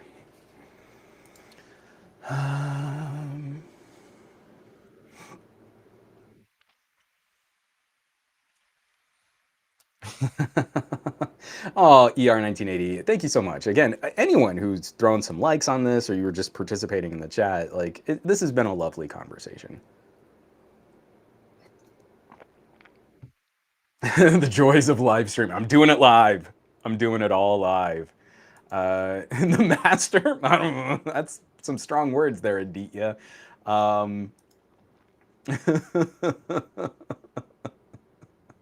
Now he's showing off. I mean, again, I've got so much equipment in here to try and like make things happen. Yeah, it's funny when you can get some of those pieces working. Most of the time, this all crashes and burns. From All Greg, where's the sound wave you made me? So Greg 3D printed this guy right here, which is just adorable. It's the transformed sound wave. And I keep them right next to my Mighty Mugs sound wave, right behind my head, right on the shelf. Sebastian, that is a great idea. I think I should start wrapping this up, just so that we can get to it. Puppet Jared, I'm not the biggest fan of using Gcam. So Gcam is very specific to Google hardware and Google software.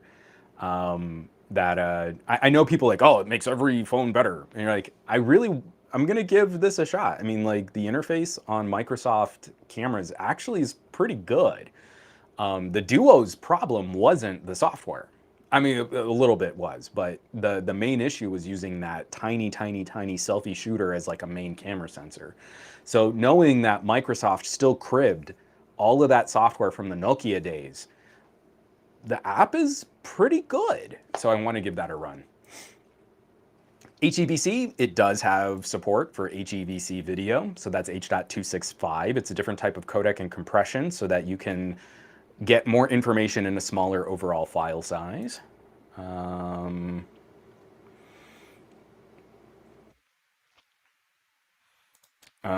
The Chicharito Network. Hi, everyone. First time here. Welcome to the stream. Let's see. I hear that, but I said so. I'm sorry. That's not how my channel operates. But I appreciate your passion and enthusiasm. From Tech Story. Oh, whoops. Where is... Random question, can you use the selfie camera to take pictures like the Surface Duo 1? Use the selfie camera to take pictures. Yeah, that's what I just did. So when you close the Duo all the way around, it just flips you back to the selfie shooter. What I need to find is a way to... What I want is a way to just shoot with the Duo 2 using the bottom panel as like a handle. This was a really useful adaptation on LG. So like on the V60, I would flip out the dual display and then hold it like this was a grip. And I mean, it helps stabilize. You tuck your elbows into your rib cage and you can really get some great content that way. But it's not going to work on a Duo if the second screen is still going and I'm tapping and long pressing all over the second screen while I'm trying to use the camera, then that's a no-go. Yeah, I'm gonna have to really see why it's not installing a bunch of apps and stuff. Let's see. Oh, Mo, right back at you. You're the man too. And Paul Trax, I'm never gonna let go. The Windows Phone days were the best days for smartphone nerds like me. I said your name right. It's, occasionally, like a broken clock, I get there. It's pretty good. And does it feel good in the hand? Oh my gosh. Would you believe it that a humongous technological manufacturer has made a device that sort of generically fits into the grip of an evolved primate with individual digits and an opposable thumb? It's amazeballs. Who would have thought? No, it does. It does. And again, it's just, again, so shockingly thin.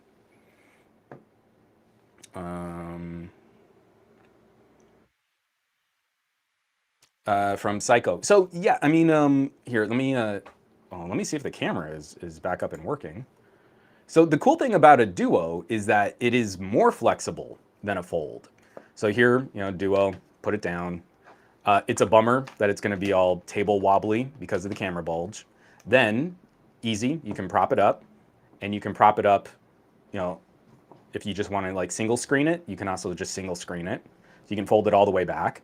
Then you can kind of go laptop style, and the hinge on this is absolutely insane for keeping any angle that you want to go all the way out to totally flat. Then all you have to do, if you want to also single screen it, you can go tent mode. You just prop it up like that. Or if you're on a surface that you feel pretty safe that it's not going to get scratched up, you can also like kiosk it.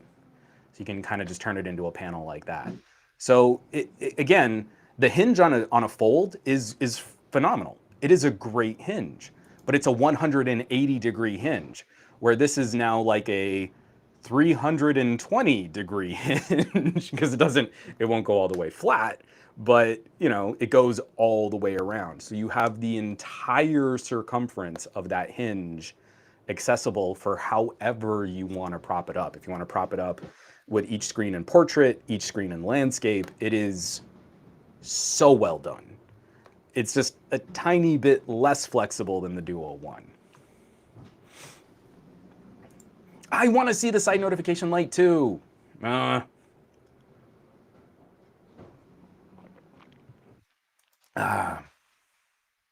Yep, no need for a kickstand case. It's great. Like you just use it. It just works.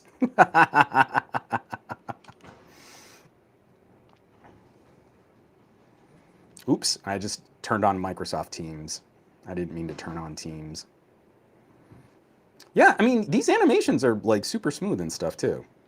Let me go back into screen share here. So like, this looks like, whoops, that's just me scrolling.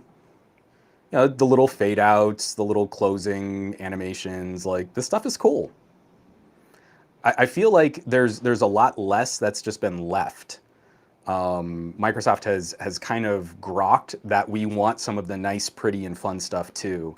And that it's not okay to just say, well, I mean, it's a productivity device, so it's got to be boring. And you're like, all right, that helps. So the stand, when you set up the Duo, what's awesome about the Duo, and very much like the Fold 3, any angle that you want to position the selfie shooter for video calls, if you want to prop it up and have the screens in portrait, if you want to flip it sideways, the Duo is our video calling machine, right? Anywhere in the house that we want to just kind of like, hey, let's call grandma, and doo -doo -doo, and then you fire it up. It's so good. This is a great question. So do you think the Fold 3 and the Duo 2 should be talked about as if they are direct competitors?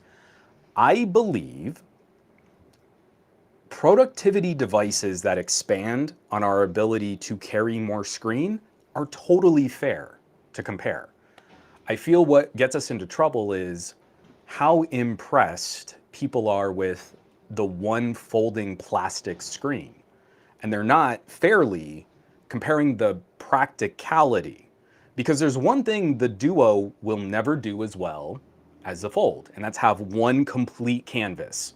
So even with the crease on a Fold 3, better than a Duo, right? That's easy. We can point to that and we can say, Fold 3 has an advantage there. But what doesn't get brought up is the idea of multitasking, having two things happening at the same time, having better durability on the glass panel, especially if your stylus is charged and you want to use a fine point stylus, not having to jump through crazy engineering challenges to make a stylus for a plastic screen. And then the overall just absurd thinness of the Duo doesn't get brought up as much.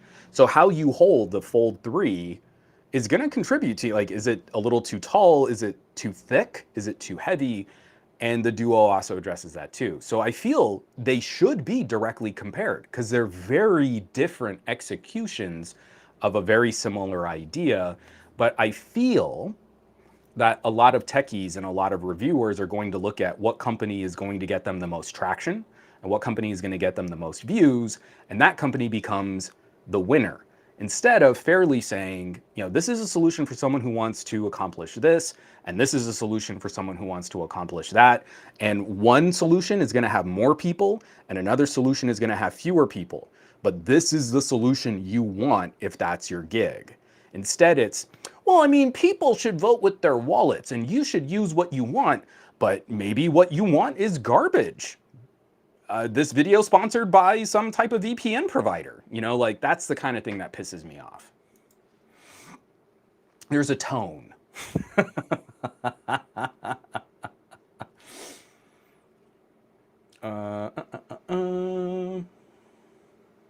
Slow-mo Joe, I'm going to say, I'm going to highly recommend do not put it screen out in your pocket. I mean, that's almost as critical as like, don't feed a gremlin after midnight. I just do not believe that this, even though this is angled, the camera bulge is angled to fit the screen in this V shape, the additional pressure as it flexes in your pocket, I have to believe that's going to do damage over time. That's a big bummer for me because I always went screen out with my Duo when I use it, when I would take it out of the Gadget Lab occasionally. Can't. I don't think you can do that here. Hold on one second. That's a great phone. Watching this on my LG Wing, I finally got one. Smart, innovative phones for the win.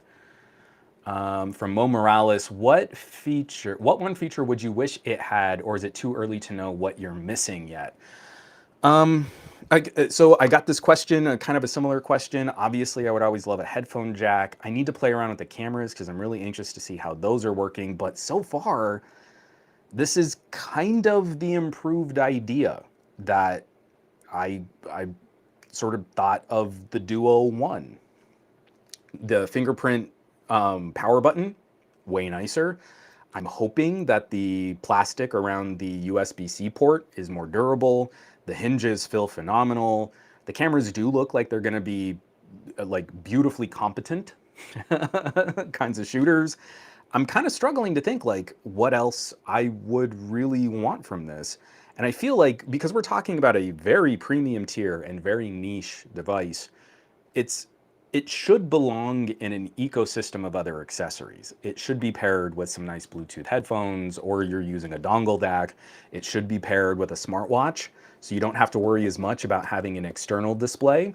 You'll get your notification light, you'll get notifications to something like a smartwatch or your headphones. I feel like this belongs in that kind of premium catalog of equipment.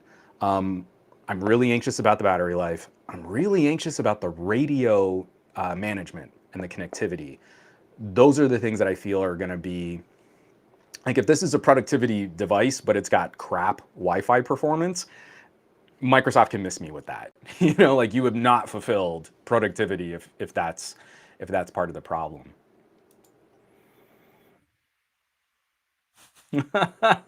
We're doing it live. Oh, so bad.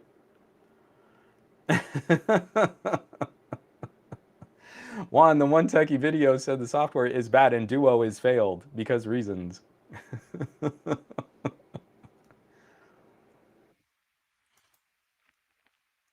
Simon, that's hilarious. With the 888, do you find it grills more evenly than single screen devices? So if I'm making a grilled cheese, I really feel like it needs to go on this panel. You do not want to grill. Oops, I'm turning on my flashlight here. You do not want to grill on the camera bulge side of the Duo 2.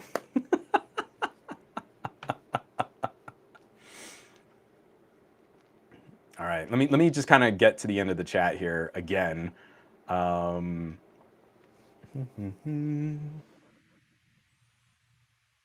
oh, there are no good cases that I know of. I'm gonna be on the lookout because like again, I've poured my actual money into this. I need to know that I'm gonna be able to take care of it. From the Nionics, I've been a user of the original Duo since day one. I still use it to this day. I'll have a Duo 2 as soon as AT&T announces that they'll carry it. And that's the kind of thing, like the people that have really kind of lived with the Duo experience and not just like, I bought it on fire sale to make a YouTube video, have been having a very different conversation about Duo than tech reviewers that are kind of focused on just slab phones or other people. I'm increasingly struggling with things like the performance conversation. Like I've gotten into conversations with people like, well, Microsoft is charging so much, they should have put in 12 gigabytes of RAM. And as soon as I ask them, like, what are you doing on your phones where the additional RAM is going to be a benefit? Because I've used Duo 1. Duo 1 has 6 gigs of RAM. Someone please correct me, maybe even 4, but I'm pretty sure it was 6. And I'm always running two things at the same time. So there's less I need to swipe back and forth, right? I'm not juggling apps on the main screen. I'm literally using two programs at the same time, and I'm rarely maxing out the RAM on a Duo 1. 8 gigabytes of RAM is already entry-level gut rot laptop grade RAM. And Android already handles memory management in a more mobility focused kind of way. I'm really anxious, like I'm really curious. Please show me, because I would like to learn. What is it that someone is doing where 12 gigabytes of RAM makes a noticeable difference to this kind of workflow, especially multitasking, where you're often running at least two apps or services at the same time. And that's what I'm kind of curious about. I think we've been programmed like, oh, I need more RAM. And then I pick up a OnePlus and you're like, man, this OnePlus is nuking apps in the background, but I have 12 gigabytes of RAM. Why is it doing that? So that to me is this like conflict. Like we're talking about it. Well, they should have done this. Like that's fine. But that probably would have made the phone another $200 more expensive if we start saying, well, they should have used better cameras. Like you haven't even shot on it yet, but okay. More camera would be more expensive and an even larger bulge on the back of the phone. Well, they should have just made it flush. Okay, well, that's $1 million worth of lens design. Like, there is a startup that is making like this single panel fiber optic lens. I'm sure that's $1 billion. If that's what you want to pay, then pay it. Should have had more RAM. Fine, but how? But why? And so that to me is where I feel like techies play this should of, where you can literally hear them writing it out, SHOULDOF. They should have made it better. And you're like, but you can't tell me why. You can't tell me how. I mean, I'm sure extra RAM might mean more battery drain, but I feel like these mobile devices have gotten so power efficient for that kind of memory management already. Really, I don't think it would be an issue. And from Valley Cat, the issue, I think the RAM speaking is for future proofing. But again, we would need software apps and services that are taking advantage of that memory in a way where it would have a noticeable toll or impact on that performance. And we can go back to phones with 4 gigabytes of RAM that are still plenty performant today. They're plenty capable today. And I throw phones through extremely heavy lifting scenarios like 4K video rendering and still having background processes working. And 4 GB of RAM can still achieve a high level of multitasking performance. So that again, if it's a future, well then we shouldn't be buying phones on the promise of the future, right? Isn't that what techies always say? Is we should be don't buy because of what they might do in the future. You buy for what it can do today. But that's why I need 12 GB of RAM because of the future. And software updates, no. I mean, like if they don't have a good track record, but we don't buy for the future, we buy for today. But think about the future, but then buy for today. But then you need to worry about 2 years from now. I want to be, like I want to be more fair, but that is such a huge moving the goalposts kind of argument. I'm not saying what you're saying. I'm saying when people legitimately and unironically put those two ideas together at the same time.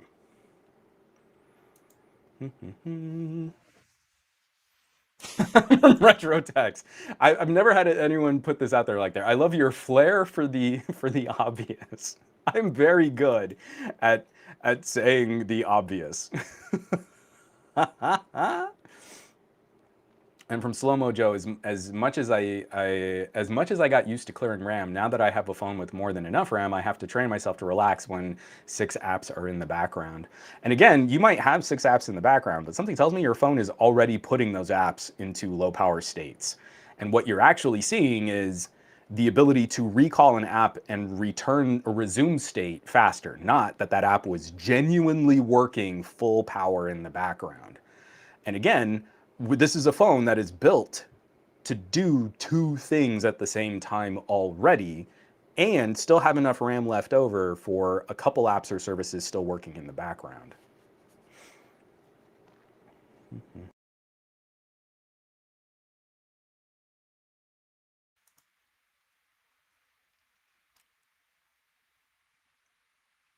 Oh, from Eddie. So I haven't even set up any of this, and I'm still waiting for apps to install. Any insight on the default payment app using NFC and how fouls you use NFC with the screen, or how you use NFC with the screen folded backwards? I'm gonna have to give that a try. Again, I kind of get lazy because for the few times that I have really fired up Google Pay, it's been smartwatch. So it never was an issue for me. Legitimately, it never was on the Duo One. And NFC has been so devalued in the Android ecosystem. Like, remember there was a time where everything was gonna tap and pair. There was tap and sharing. There were all of these like NFC stickers that you could customize things with. And all of that's just kind of evaporated. So not having NFC on the Duo One didn't mess me up because I'd already been working on other solutions. And when you use something like Nearby Share, you're not even tap and pair. It's just, oh, it's Bluetooth and then it sends a signal and you can share a file. Like already that was one of the main things I would always use on Android phones, was like tap two phones back to back and I could send a link or I could send a photo. And now that's all gone.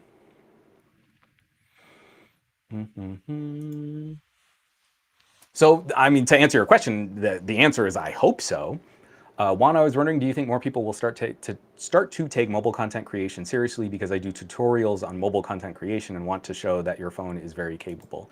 I have been joining that conversation. I would highly recommend people check out those folks on Twitter who post under hashtag Mojo for mobile journalism.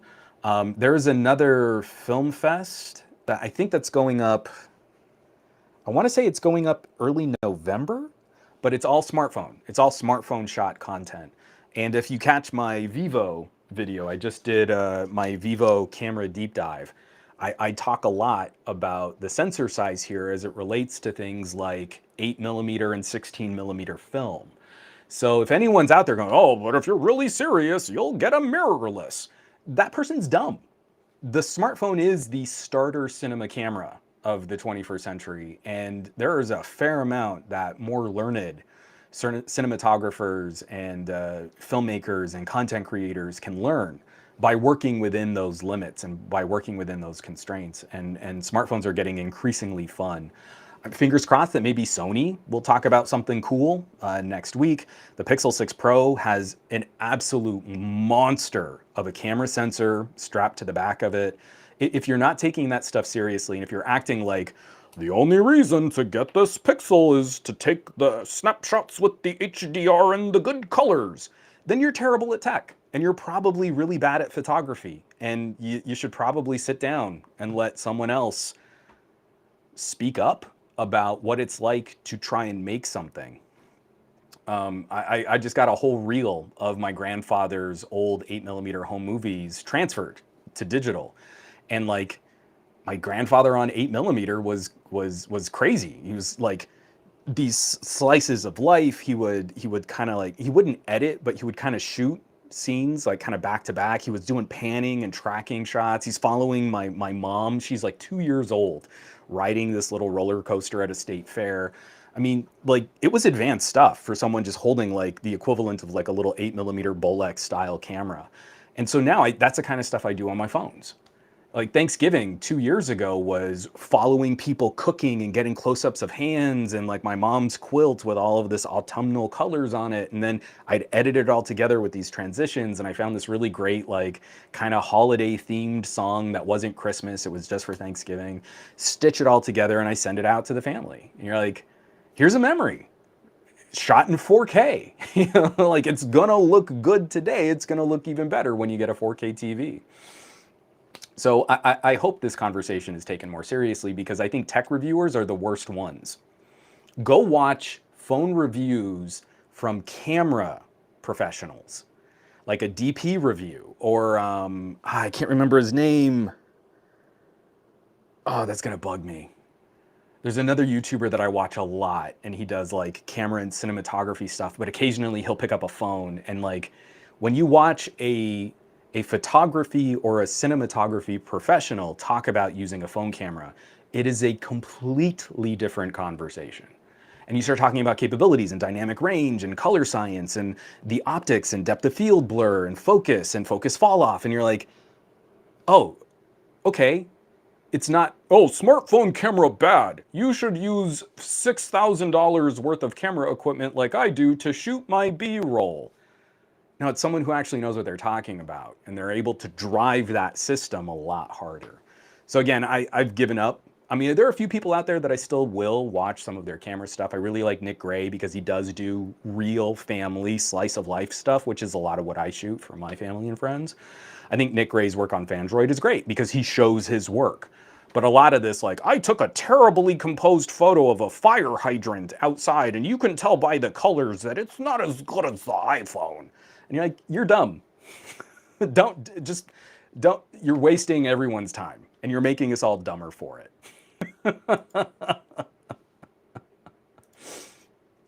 Hold on. We got to wrap this up. 2 hours, and this is, like, I'm not even talking about the Duo 2 anymore. Good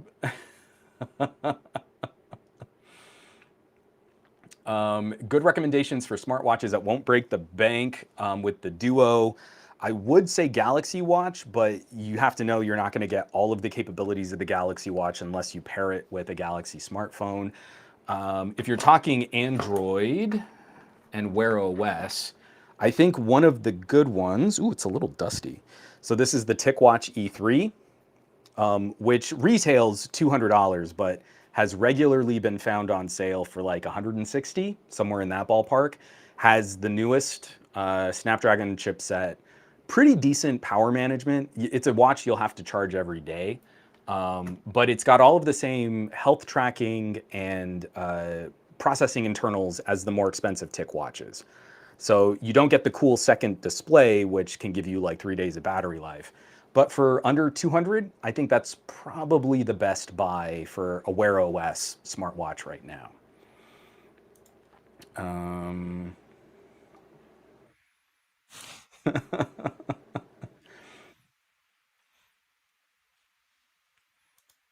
Oh, come on. What we shouldn't be trying to tear down one video editor over another. We should be celebrating. Because it's not even just that. Like, there are some things I like VN video editor better on. If I'm going to be doing keyframing, like really advanced, like, you know, like punch-ins and zooms and close-ups, neither KineMaster or Power Director. You want to go with Frame It. They were a sponsor on the podcast a while back, and I still, like, I use them a ton. Or you might want to use a light. So if you need to do more motion graphics-y kinds of stuff. But the plugins are better on Power Director. The noise reduction is better. The stabilization is phenomenal. And they do have some good like tie-ins, like if you want to have extra music or sound effects and stuff. But the render engine on KineMaster is still the crazy fastest. If you want to finish that video off, KineMaster is tremendous. So why don't we go ahead and close this down?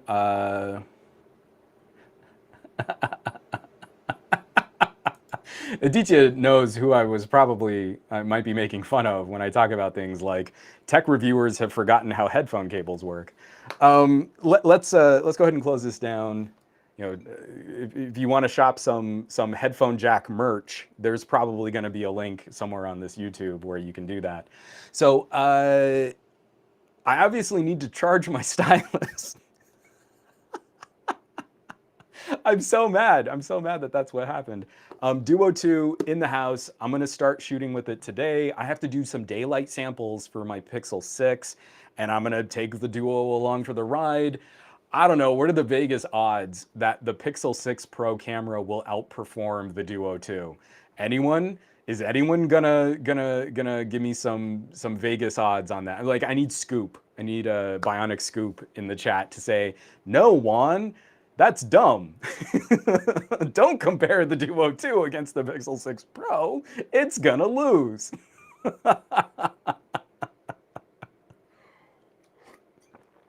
Thank you so much. This was a lot of fun just to kind of get things set up, get some apps installed horrifically slowly, but then also start talking about something super nerdy. And there's no way around it. The conversation around the Duo 2 is just started. It's now just getting into people's hands. We're not going to act like the embargo week review is the completion of that conversation, because that's hack reviewing. Instead, we got to see how this stuff evolves over time, see where Microsoft is going to take it, and where Microsoft's mobile strategy is going to go, because Microsoft needs way more experience on ARM chipsets, ARM processors, and getting Windows on ARM up and running. Duo, to me, seems like the great test bed, and I'm a part of that. I like being a part of that. I want to be a part of that because competition is critical, and that's why we have fun as techies, talking about different things and not pretending there's one winner company and everyone else is lesser than. So if you're along for that ride, be expecting some follow-up content very, very soon. If you're on the Patreon, later this afternoon, probably in about 2 or 3 hours, Vivo X70 Pro audio deep dive is going to be going up on the Patreon. And then I've got a follow-up video tomorrow just talking about some of my Pixel 5a and Pixel 6 Pro thoughts. I can't share technical stuff just yet. I can't share camera samples just yet, but that doesn't mean we can't talk about some other stuff Pixel adjacent. Folks, thank you so much. I greatly appreciate all of the chat, all of the people that joined, people thumbs upping the video, following on Twitch and on YouTube. Brandon Miniman, what? We got a celebrity in the chat just dropping that super chat, $4.99. Thanks, man. Thank you so much. And for everyone who contributed and who shared and super chatted, greatly appreciated. I adore the real nerds out there that are into these kinds of conversations. It makes me feel like I'm not sitting alone at the geekiest lunch table in the cafeteria, that I've got some buddies that we can all nerd out together. So thanks so much for watching, sharing, subscribing, participating. Make sure you're out there sharing and helping all of those content creators that are trying to have this broader conversation. It's not an us or them, it's a community. And I love that feel where we're all coming together to geek out on this stuff. You know where you can find me around the rest of the interwebs, the Twitters and the Twitch and the the Instagrams and the Facebooks. And I'll catch you all on a future gadget video of some kind. Take care, be well, I love y'all.